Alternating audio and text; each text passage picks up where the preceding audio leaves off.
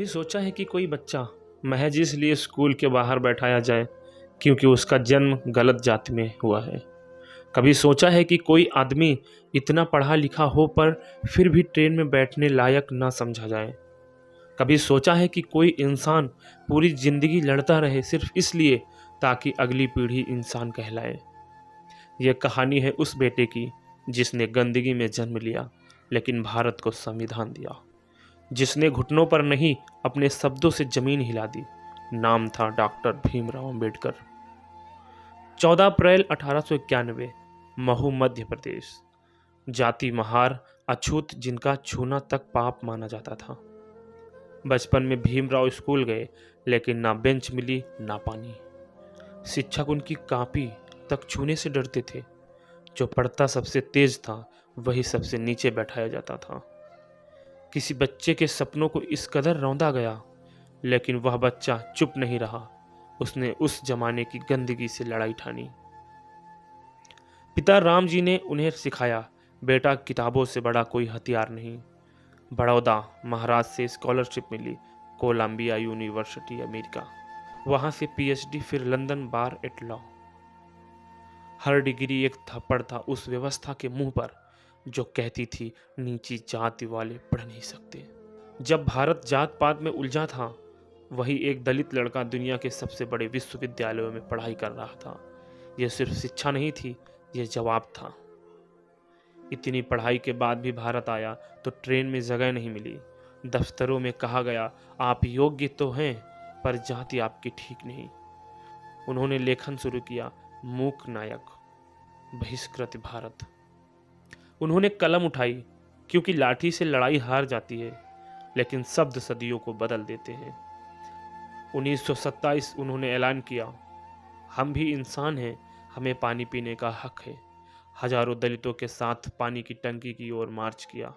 पत्थरबाजी हुई, मारपीट हुई, लेकिन अंबेडकर डटे रहे।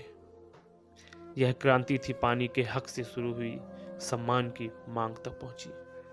कालाराम मंदिर आंदोलन 1930। दलितों को पूजा करने नहीं दिया जाता था। जब भगवान सबका है तो मंदिर किसी का कैसे हो सकता है। उन्होंने लड़ाई लड़ी लेकिन मंदिरों के दरवाजे बंद रहे और तब उन्होंने कहा अब बदलाव धर्म में नहीं सोच में होगा। आज़ादी मिली, नेहरू ने बुलाया, अंबेडकर हमें संविधान चाहिए। उन्होंने 2 साल 11 महीने में भारत का सबसे प्रगतिशील संविधान लिखा।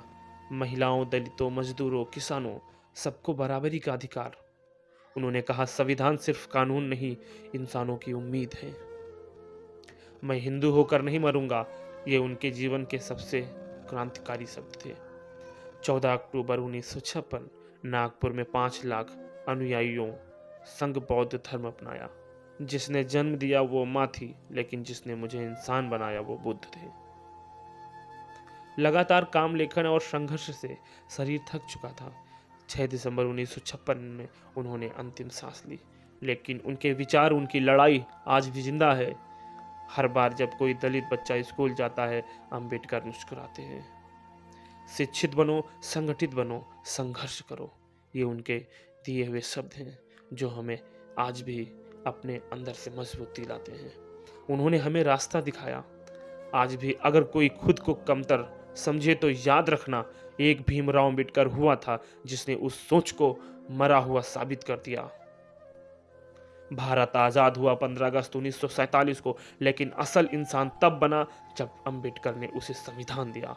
वो चले गए लेकिन हर दिल में, हर किताब में और हर इंसान की बराबरी में जिंदा है भीमराव अंबेडकर।